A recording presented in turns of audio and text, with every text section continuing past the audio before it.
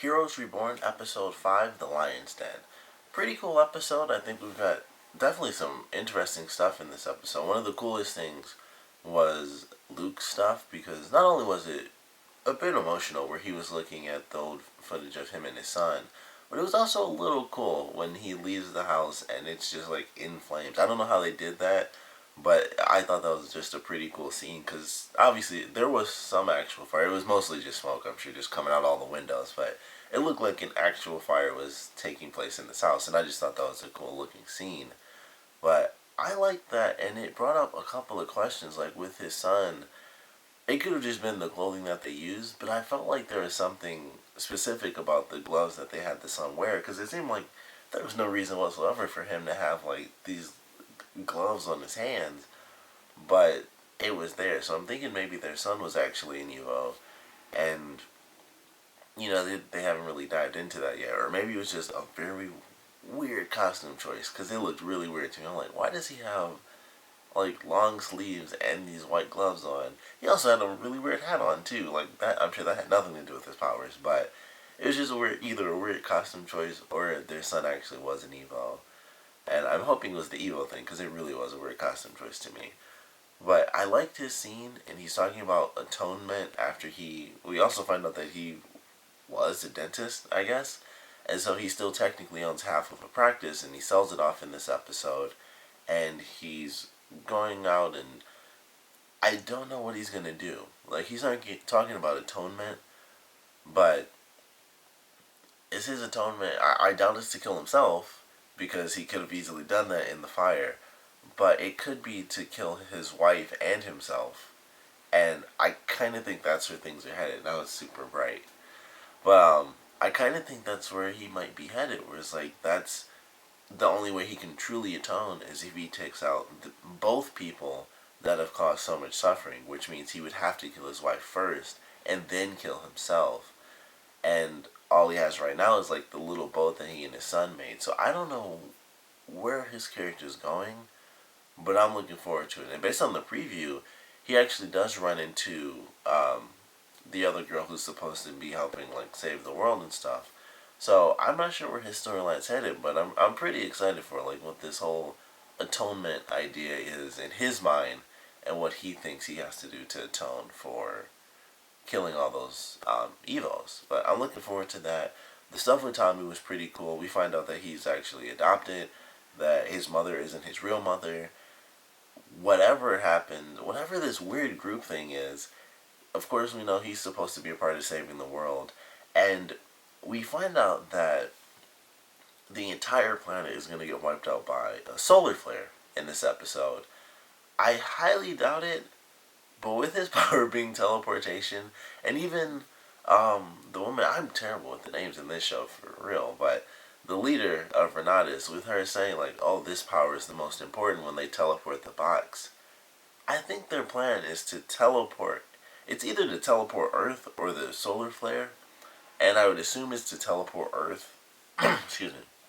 Because I don't see, like, they can't just be like, wait to the last second and, somehow touch the solar flare to teleport it. So I think their plan is actually to teleport Earth at a very specific time for like a quick second and just skip it ahead just a tiny bit. And I don't know how in the world that would possibly take place, but I feel like that's their plan. I feel like that's what they're trying to do with Tommy and his teleportation powers, and even Renata's trying to do it. The plan is basically teleport Earth right out of the way of the solar flare. And that was pretty crazy. For one, finding out that it was a solar flare, that surprised me. I've heard about solar flares. If you haven't, just look them up. It's pretty much 100% what they showed. It's like if one hit Earth, we'd be toast in like 2 seconds. Like less than a second. It's just nothing. Crisp, everybody. So that's a very legitimate threat. Hopefully that never happens, but I guess we wouldn't know anyway. You just, boom, you get hit. Unless you're in like some insanely deep, deep down portion of the planet, and then it's just like, you'd probably feel the heat because it's a flare coming off the sun, but I don't know.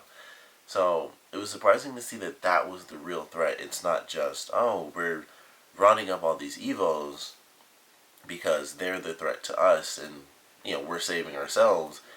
It's that Renautas is running up all these evils to find every power possible to save the Earth. Which, in all honesty, you just say, "Hey, solar flares totally coming down, gonna just destroy us all." I guarantee way more people, people would just sign up to help.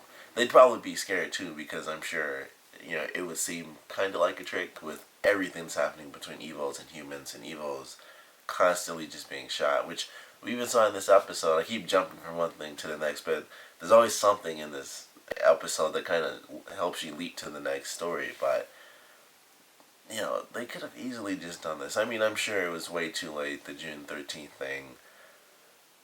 I don't know. I'm sure that has nothing to do with the solar flare. That's just something that happened, and then that has a little bit to do with protecting a specific person, we find out. And of course, through the dialogue, which it kind of made me mad that it happened this way. But no one's getting all the information, and then it gets to protect, and he's like, "Protect what?" And then it cut the woman off, and it's like, "Oh, don't you mean to protect who?" And then, of course, she goes off because her bodyguard came in. But to go back to the other thing that I was going to jump to was the Elvangador storyline, where he's looking for his nephew, and he finds the cop that he goes to. Of course, he knows it's him. That guy gets busted as an Evo, which I did not see coming, because his partners get the glasses. They get the epic glasses. And I was like, I did not see that one coming. They mentioned law enforcement officers are getting the glasses, of course. But I didn't think it was going to happen like that in this episode. He's like, "Oh, it's him. I'll be able to, brush this off, no big deal." And then he gets busted for being an Evo, and his partners have to take him down. And it really showed, the relationship between the Evos and humans, because it was like, why didn't you tell us? Now you know what we gotta do. Once they hit him with the dart, it was like his importance went way down. They had him with the thing up his nose and all that to kind of keep him knocked out, or keep him at least a little bit drowsy. And they just threw him in the back of the truck and all. It was like they did not care at all. It was like, "You didn't tell us you're an Evo. Nah, you're bad. 100% bad." And it just really showed, I think, how human characters really do view the Evos in this series, or some of them at least. Of course, it's not everybody.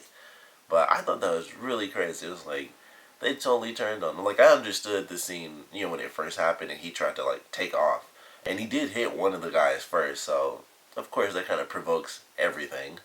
But and I guess that would kind of be the reason why they just threw him in the truck. We found out you're an Evo. The first thing you did was just power punch me into in my chest. So I guess that kind of makes sense. It's the least I can do is just casually toss you in the back of the truck. But they don't get too far, because of course Elvangador comes in with his cool robot suit. He punches through the glass. He takes the other guy out. Does the sort of, there's a lot of chest, force thrust pushes and stuff. Everyone's just this, or right into someone's chest, and they fly back. But he takes that guy out. I like how he ripped the doors open, because it was just he kind of had to charge it up a little, and then he just right into the back doors and just ripped them right out. I don't know. I guess he has stuff on his fingers too, because I know he has the motors on his arms, and so his fists would be stronger. But does he have tiny motors and stuff on his fingers too? Because that just that doesn't work. But it was kind of cool. I like that scene, and so he threatens the guy, which I thought was a very nice scene, because he threatened the guy using enhanced strength, because it just worked. It was like, "Oh, you beat the crap out of me and kicked me through pillars and stuff like that, threw me through walls, and now I'm the one with super strength, and I've got you by the neck, and I can either take you with me, and you can show me where my nephew and the father are, or I can just leave you here, and let's see what happens when the other people come." So he takes the guy, puts him in the trunk. We finally get that full shot, which I knew we would. We got the full shot of the car, which looks insanely amazing. I don't know the type of car that is, but I definitely love that car. I always do. So that was really cool. We got to see that. Um, I think the matte finish on it is very interesting because you don't see that on cars really at all. So I like the sort of black matte finish. It's very unique. It's not something you see too often.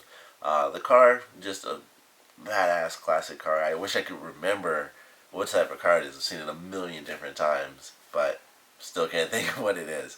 But that was definitely pretty cool. So we're gonna get to see him possibly rescue his nephew in the next episode, depending on where he is and how many people are there. Whether or not those people are involved with the cops will be fairly interesting too, because he was kind of going up the chain of command. So we'll probably get to see some other people that are involved in this, and whether or not they are actually involved with Renautas, possibly, because that was a little speculation I had. It could be totally separate, and it probably is, but at the same time, it might not be. Who knows? Like, maybe there was just, they didn't feel like they had a need to save El Vengador, but it's like he's something that could end up being an obstacle. I guess. I don't know. But I like that storyline as well. Then we have Miko and Ren, who have finally, they officially have a converging storyline with Noah in this episode, which is pretty cool. It was a very interesting moment. But, they're going through Renautas. They have all the people taking the pictures and stuff like that. And so the plan is, alright, we'll let everybody in and we'll just find Miko. Simple as that.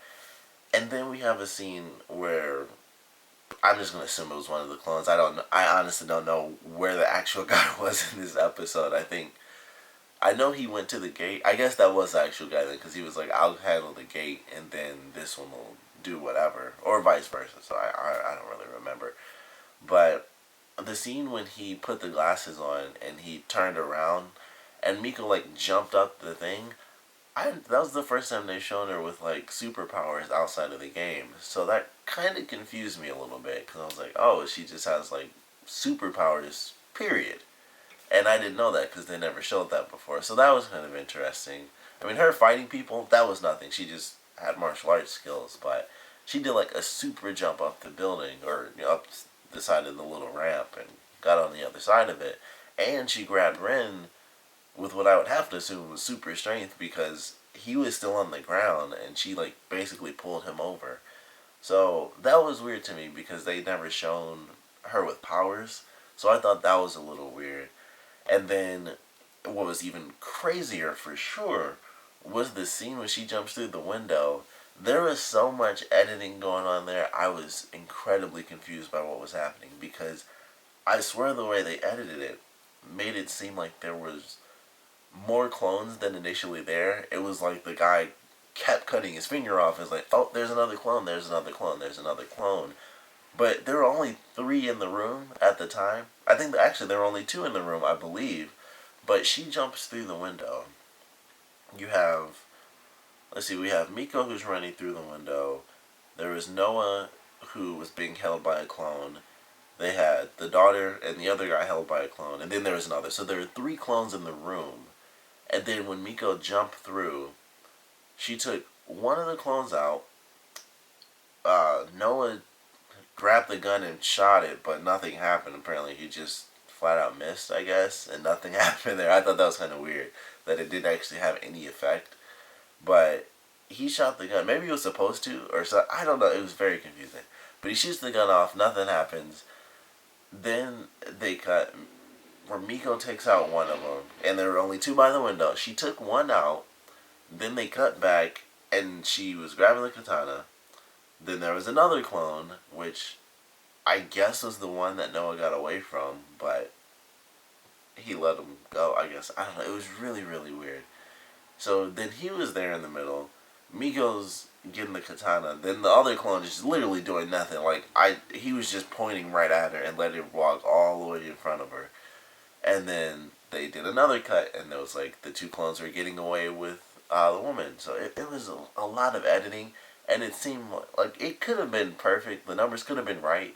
But the editing seriously made it seem like there were clones constantly popping up in the scene. And it was just really weird to me. I rewound it a couple of times. I was like, I need to see this in like slow motion. Just to see exactly what it is. Because it was like, they'd be moving off camera and then they would move. Which is natural. Like, it's natural. But the way they did it, it was like, Miko clone in a totally different position. Noah's like gone. He's not in the background anymore. So what's happening there? There was another clone that had Noah's gun, but Noah should have definitely had a gun from the other clone, which he totally got the drop on. He made him shoot the gun off in general, but I guess he couldn't knock it out of his hands. And it was just a weird scene. It was just like super quick edits, and I was like, were there actually? It seemed like there were honestly 3 extra clones. Seemed like they came out of nowhere, and it was just weird how it was edited. To me, at least, it could have just been the way I saw it and just how I was thinking when I was watching the scene. And I definitely want to know for you guys, but for me, it was just like it's edited so quickly. It just seems really weird. It was like, where did that clone come from? It didn't seem like it was the clone that Noah was fighting because he was in such a different position. It was like he went from way in the background to like right in the foreground when after Miko got the katana, and then I believe he took off with the woman and the other clone to protect her down the hallway, and then there was the last clone who had Noah's gun and his gun, and he was just pointing at her the whole time, and then he waited. I'm like, he could have just, if they just shot her, they want her dead anyway, right? I guess they want her powers, maybe. I don't know. So that's probably why he didn't shoot her, but it was really weird. He had the gun on her the whole time, and then when she finally got in front of him, he was like, give me the sword now. I was like, okay, well, that's just, well, he should have just shot her, but it was a crazy scene. It was just weird editing to me, like how quickly it was. But I liked the scene. It was still cool that the storylines converged. They quickly separated after that. Like Migo unsheathed the katana, and then she was gone, and she got out and she met with Ren, and that was it. And so now she's back in the game. He's joining her again, and that was kind of just the end of that storyline. That's pretty much all we got out of that. But it was cool. I did like that scene. The action in it was cool, although it was definitely overshadowed for me with how confusing it was edit wise. But I did like the action. It was still pretty cool. I liked the whole scene in the house, to be totally honest. It was just a very nice scene because we were getting some pretty interesting dialogue, whether it was through the mother and the daughter, even if the daughter was, lying to her and tricking her, it was still some good dialogue. Some of that stuff was truth for sure, and she was like, I didn't know what you were doing, you never told me, you never gave me a real answer. And just all that stuff, we got just an interesting dynamic between these two characters who are now kind of on opposite sides, and they're mother and daughter. So I like that for sure. The stuff with Noah and him learning a tiny bit of information, because the woman knew that he had his memory wiped. So she's a part of it. She knew that happened. She's a part of the June 13th stuff, which I guess is obvious because it's definitely a part of Renautas. But whatever happened, it's still a big mystery, and it's to protect a very specific person. So that brings up a huge question as, of course, to who it is. I don't believe that it was to protect Claire. I don't know. Who knows? He may have known about Tommy. He could have, but I don't know. It's really hard to know what he knows because we don't know Jack. Like, this isn't the type of show where it's like, oh, you know this bit of information before the character does. We don't know anything. We know just as much as Noah, and it's like, well, he wiped his memory, and he said, Renee, kill me if I come back. That's honestly all we know. So there's like nothing to it that I can really speculate, to be totally honest. It's just like, it's to protect somebody. Maybe it's to protect Hero, maybe Mohinder, which I feel like we might see him in the series. They had a picture of him in this episode. It's like the oldest picture ever, which I thought was funny. It's like the stock picture that they had from like season 1 Mohinder, and it's like, that's like the oldest thing ever. I just thought that was funny. They had that in the scene, the interrogation room with Tommy and stuff. I was like, that is like the oldest picture ever. That's like a stock actor's picture. Like if you went on IMDb, that would be the picture you saw of the actor. I was like, that's just a really old picture, and I know it. But Noah did it to protect somebody. He wiped his memory. She knew, of course, some other people know, both of which are dead now. She believes that Hero died as well, which is pretty interesting. So, thank goodness in the next episode we get Hero, and hopefully I'm right, where he's just like, here's all the information, because I just want the answer. I really do. So, I'm looking forward to that.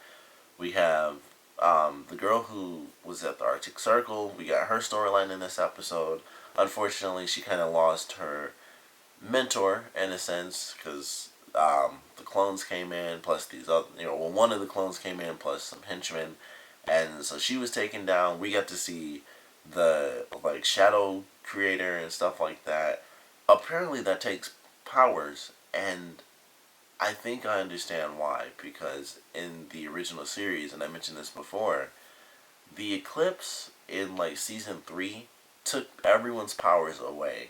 And I think that's basically what this character's ability is. It's like shadows and stuff, but I think it has the effect of the eclipse where it cancels people's powers. So that was pretty interesting. And it was cool. It was very creepy looking because it was like a horror movie type where it's like living smoke type stuff, and it was moving really slow and stuff. But it looked cool. I actually liked that scene. But it kind of sucked for her. She had to go on the run and hop on the back of a log truck, and she's just on the road, and she has this envelope with answers, and who knows what these answers truly are. So I'm looking forward to her storyline, and of course, like I said in the preview, she actually ends up running into Luke, so her storyline is officially going to converge with someone else's in the next episode. And yeah, everyone's getting a lot closer together. Everyone's either been to Renautas, or we have like 2 storylines at Renautas. Then we have, our 3 other storylines are seemingly going to end up all being one storyline. Because I'm still convinced that the stuff with Tommy is exactly the same stuff as what the other girl is going through, but they were kept in totally different areas. Like, they could be brother and sister, who knows? They don't look at all alike, but you can have different hair color between siblings. So we'll see how that goes. It'll be pretty interesting. And also, a very interesting piece of dialogue is when the clone does end up running into is before he sees the girl, but he sees the older woman, and he says, "Where's the baby?" So I don't know if this girl was like aged somehow, like somehow she like aged very rapidly, or what the case is, but I thought that was a very weird question because we haven't seen a single baby in this series, so I have no idea what the heck that means and why he would say, where's the baby at? Because if they'd been chasing them for all this time, he would know that she's not a baby. He would know that she's basically a teenager. So I don't know exactly what baby they're talking about, but I think the answer might also be in this envelope. And that was that was something that, it was almost impossible not to pick that up, because I'm like, why did he say baby? Like, that was really, really weird to me. So, hopefully that answer is in the envelope as well. Otherwise, that's just going to bug me, because it's like, what the heck is he talking about? So, I am wondering now if she was like, somehow she aged very rapidly, or maybe if somehow it was the case with Tommy, but I don't think that was the case with Tommy. He seems like he's definitely lived a full life. But we don't really know much about this girl. Like, all we know is that they were chased for years, but maybe in those 3 or 4 years, she aged 13 or 14. She's probably like 17 or 18.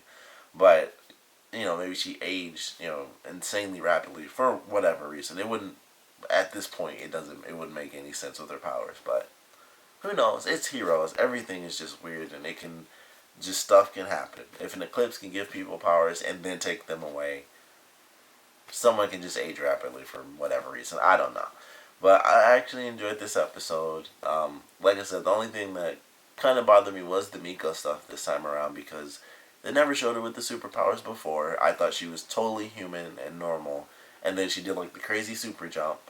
Then the scene when she jumps through the window, which, that's just a TV thing. Anyone would die if you actually jump through a window like that. Or at least you'd be very, very wounded. You wouldn't be kicking butt, that's for sure.